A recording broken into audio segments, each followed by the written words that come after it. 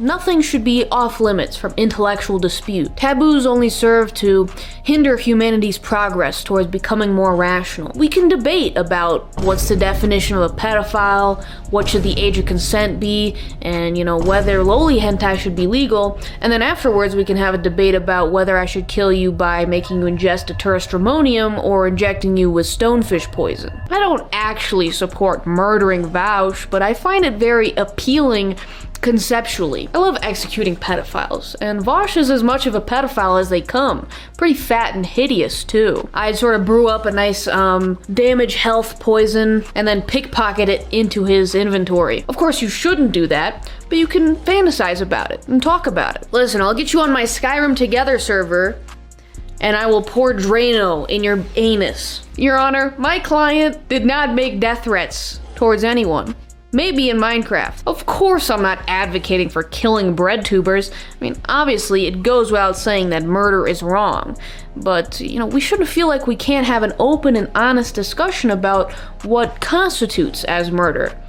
Quite honestly, it brings me no joy to talk about wanton violence towards those who advocate for castrating children to their audience of millions. However, that's precisely why I need to talk about it constantly, to make sure I'm really, pushing myself out of my comfort zone. I mean, H Bomber Guy really seems to like the idea of castrating people. I mean, he seems really, enthralled with the whole gender reassignment surgery of flipping your wiener inside out. So maybe we should do, a live demonstration on him about that on Twitch for, educational purposes. Okay, so here we have a Venn diagram. People who talk about ethical CP, and people who are not pedophiles.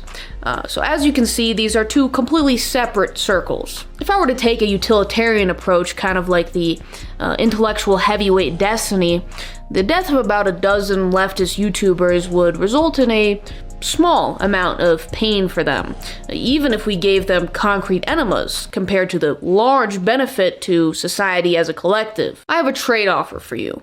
I will start calling trans people by their pronouns if it stops coming out that leftist political commentators are pedophiles. Actually, that's kind of unreasonable. Okay, how about this? I will get de-radicalized if you do the Verbalace Tetris beatbox while gargling Drano. I think that's a little bit more, practical. I drew myself gargling piss, not because I like that, but because a lot of people call me a piss gargler because I talk about gargling piss a lot.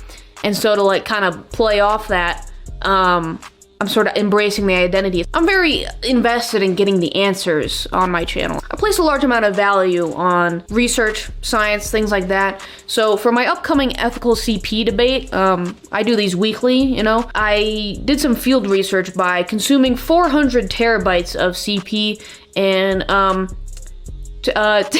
taking a crack at producing some of my own to see if I could do it in an ethical way. It's obvious you find the idea of me hitting you in the perineum with a ball-peen hammer appealing.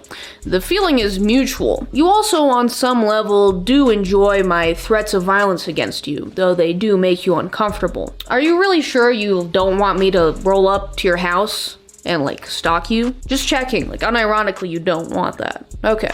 I mean, because it just seemed like you were interested, I kind of do the Waco thing and play creepy sound effects outside your house.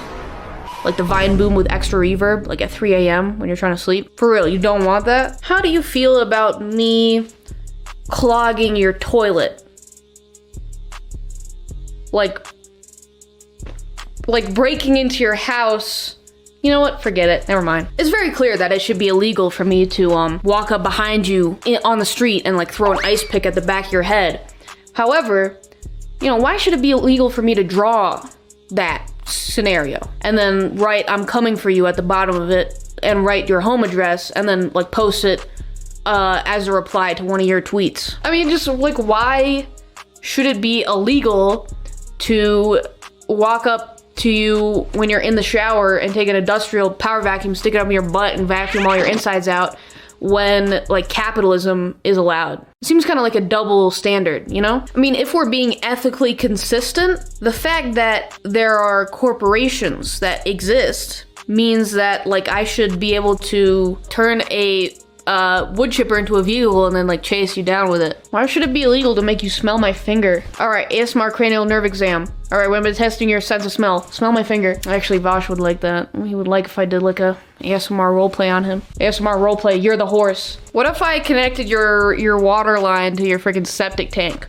in your house? There's not any law against that as far as I know. I've yet to hear a single convincing moral, legal, or philosophical argument as to why I can't install a sword mechanism in your toilet that shoots out when you sit on it and rips your perineum apart like a piñata. Knowing you guys, you're gonna take all of this out of context and totally divorce it from the argumentative frame it was in. It's obviously all a rhetorical device.